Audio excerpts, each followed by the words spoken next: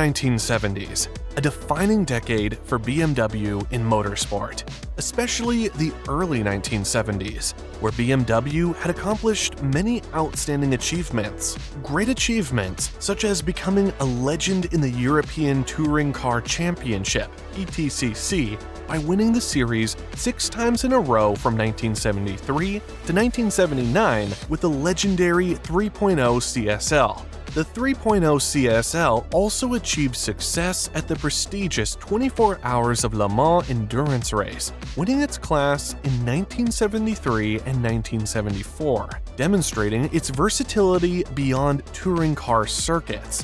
While not directly competing in Formula One, BMW's 1.5-liter M10 engine block was very successful in Formula 2 racing throughout the 1970s. This engine, with modifications, developed a significant amount of horsepower and was used by various teams, highlighting its capabilities. And finally, the founding of BMW Motorsport GmbH in 1977 marked a significant step for BMW's racing ambitions. This dedicated division laid the groundwork for future successes. So, around the mid-1970s, BMW set their sights on competing in the racing series Group 5. Therefore, with this in mind, BMW decided to try something completely out of their norm. To compete with the likes of European giants such as Ferrari and their rival Porsche, BMW set out to develop a mid-engined race car.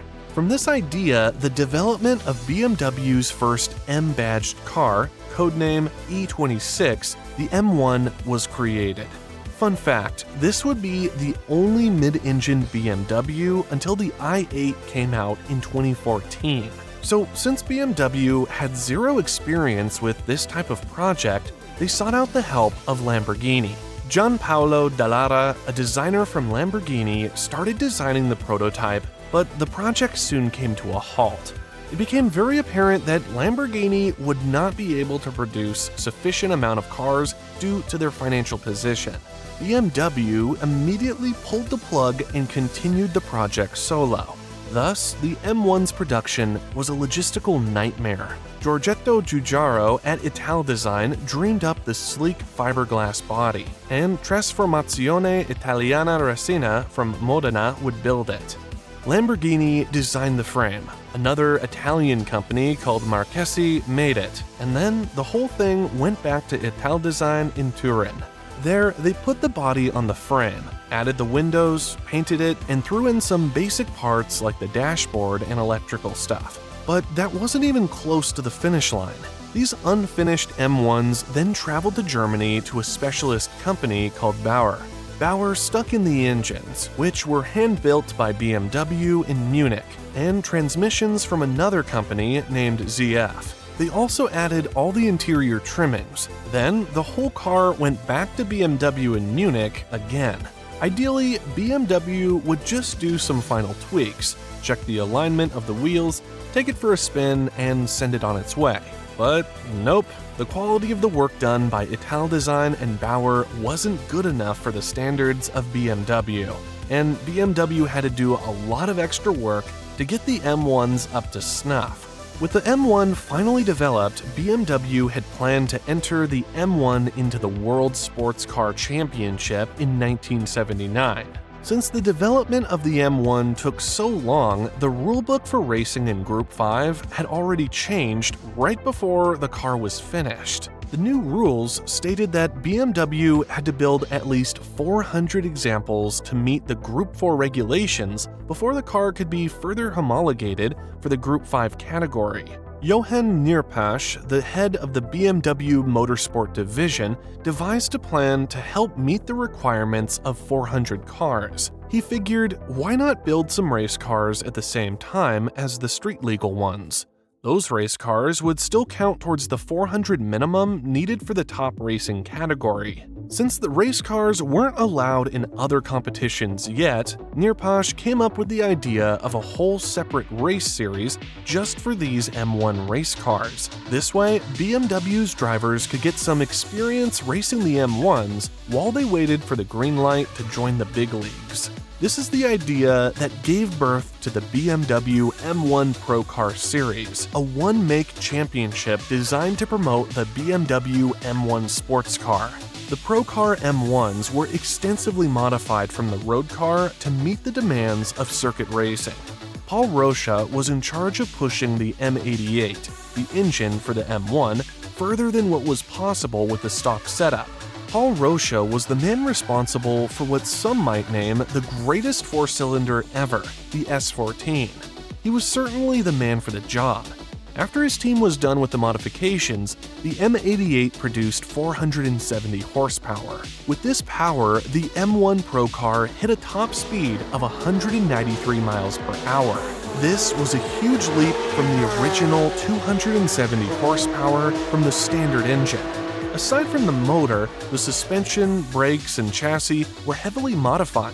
After taking out any non-essentials, the M1 Procar had a dry weight of just 2,250 pounds. Absolutely marvelous. With M1 now being a full-fledged race car, it was ready for the Procar series. The only thing that was missing were the drivers. For this reason, the series featured drivers from other motorsport disciplines, so the starting grid was packed with sports car, touring car, and F1 talent.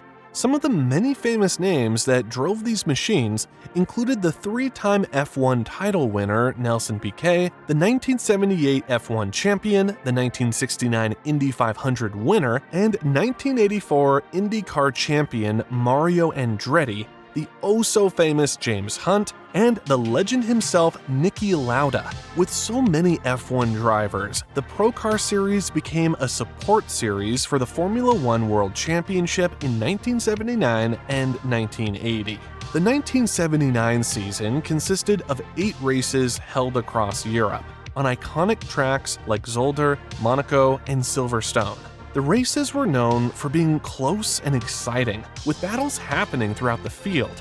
Ultimately, the entire season was Niki Lauda versus Hans-Joachim Stuck. Stuck provided fierce competition throughout the season and even managed to win 2 races, putting pressure on Lauda until the very finale. In conclusion, Niki Lauda, the legendary Austrian driver who competed in his own privately entered M1, with winning 3 races, won the inaugural championship. Lauda clinched the title despite a strong late-season push by Hans-Joachim Stuck. The 1980 BMW M1 Procar Championship marked the final season of this short-lived series. While the 1979 season ran alongside Formula One races, 1980 saw a shift. The Procar events became more independent, with some still supporting F1 weekends, but also branching out to hold standalone races. This move aimed to establish the Procar series as its own entity. The 1980 season saw a new champion emerge, the Brazilian rising star Nelson Piquet, who had participated in 4 of the Procar races in 1979 alongside his F1 commitments. The 1980 season maintained its reputation for close racing. Talented drivers like Hans-Joachim Stuck remained strong contenders, keeping Piquet on his toes throughout the championship. Through great effort, Piquet still took the championship title in 1980 by winning the final 3 out of 9 races. While short-lived, the 1980 Procar season continued the exciting formula established in 1979. Unfortunately, the 1980 season turned out to be the last for the Procar series. That same year, BMW officially met FISA's requirements by having built approximately 400 cars. The M1 was therefore homologated for Group 4 on December 1, 1980, allowing BMW to enter the championship for makes in 1981. BMW deciding to focus their motorsport efforts on entering Formula One directly as engine suppliers led them to ending their plans towards Group 5 after just 2 races. Thus, this resulted in the discontinuation of the Procar Championship in 1981. The The M1s used in the Procar series were then sold to various customers for use in the World Championship, as well as smaller series such as the Deutsche Rennsport Meisterschaft, Camel GT Championship, and even Group B rally racing. One of the M1s was even used for competing in the 1,000 kilometers of Nürburgring. This particular Group 4 M1 Procar was driven and shared by the veterans Hans-Joachim Stuck and Nelson Piquet. Although the M1 development started as a horrific process, the end results were positively stunning. The works of the Italians and Germans truly came together in harmony, and ultimately, that short-lived BMW M1 Procar Championship left a mark on motorsport history. It offered a unique platform where F1 stars and talented privateers battled it out in identical machinery, creating unpredictable and exciting races. The series effectively promoted the BMW M1. The car's success in the Procar events solidified its image as a potent and competitive machine, boosting its reputation among racing enthusiasts and car fans alike. And in my opinion, even a missed opportunity, as the 1980 season hinted at the potential for the Procar series to stand on its own feet, independent of Formula One. However, with BMW's shift towards F1, the series never got a chance to flourish and establish itself as a major motorsport championship. Despite its brief run, the Procar series continues to be remembered for its innovative format and exciting racing. It remains a testament to the power of one-make championships to showcase driver skill and create thrilling motorsport spectacles.